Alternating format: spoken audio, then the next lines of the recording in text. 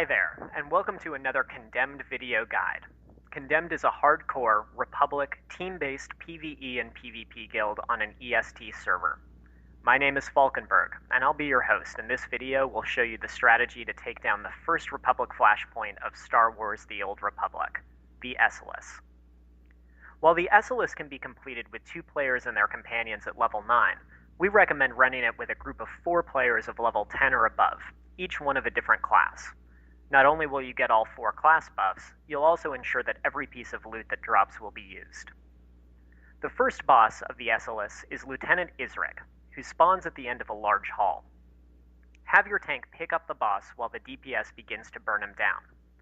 The only tricky mechanic to the fight is that throughout the encounter, Isric will spawn waves of melee-based adds who will target your healer. Either have your tank immediately pick up the adds, or have your damage dealers burn them down. A common mistake on this fight is ignoring the adds completely, which will result in a dead healer. Kill each wave of adds when they spawn, return your focus to Isric, and you'll have him down in no time. Moving on, you'll find your group facing Iron Fist the Mandalorian, the most famous golf clapper in the entire galaxy. While the damage that Iron Fist does is minimal, now is a great time to practice some of the situational awareness skills you'll need for later in the game. Like Isric, Iron Fist will spawn adds throughout the fight. There's no need for the tank to pick these adds up, but your damage dealer should be watching for them and should prioritize burning them down over Iron Fist. In addition to the adds, Iron Fist has several abilities.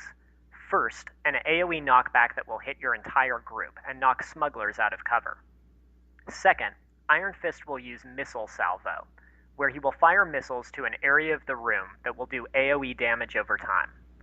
Prior to this ability, a blue reticule will appear on the floor where the missiles will land. The party member targeted should move out of the reticule and stay out for the ability's 8-second duration. Next, you'll face a large droid known as the Guardian. We've elected not to show this fight, given the fact that it is simply a tank and spank with a random aggro drop. You'll have no problems here. Simply continue dealing damage and have your healer swap targets to whoever the Guardian has focused.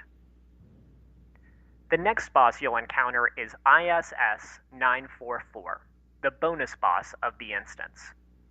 In order to trigger this boss, you'll need to have party members move to either side of the room and click the computers at the same time. Move across the platform and down the other side, and you'll see ISS 944 on your left. This may be the trickiest boss in the Esseles. At first, it appears to be a simple tank and spank fight on a boss with high health.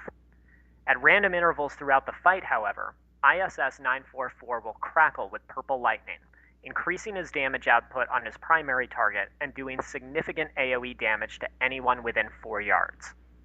Luckily, his movement speed is also decreased by 50%. When the boss glows purple, it's your cue to have everyone in your party begin to kite. When the lightning stops, re-engage. This mechanic occurs regularly, so simply rinse and repeat, and you'll have no trouble. The final fight of the Esseles is Lord Vok, a Sith Lord.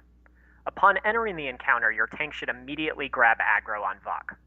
Ranged and your healer should spread out around the room. Vok has several abilities, many of which do moderate damage, so a healer is definitely recommended. The first ability is your standard knockback. It will knock smugglers out of cover and push melee away from the boss. Vok follows up this knockback with his second ability, Lightsaber Throw, which hits a random party member for significant damage. Your healer should be quick to throw out a heal as soon as this happens. Similar to Iron Fist, Vok also has an AoE ability, Force Lightning.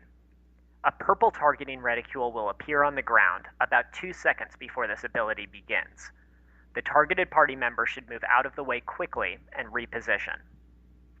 Finally, Vok will channel Force Choke on a party member, stunning them and doing significant damage. Party members should save their escape ability or their trinket for Force Choke and use it as soon as the choke begins. If this ability is on cooldown, healers should be prepared to heal the target. While the fight is not difficult, it does require a healer who is on the ball and managing their resource pool. If you have that, you'll sail through the fight with no problem. Thanks for watching. Once again, I'm Falkenberg, and this has been another Condemned video guide.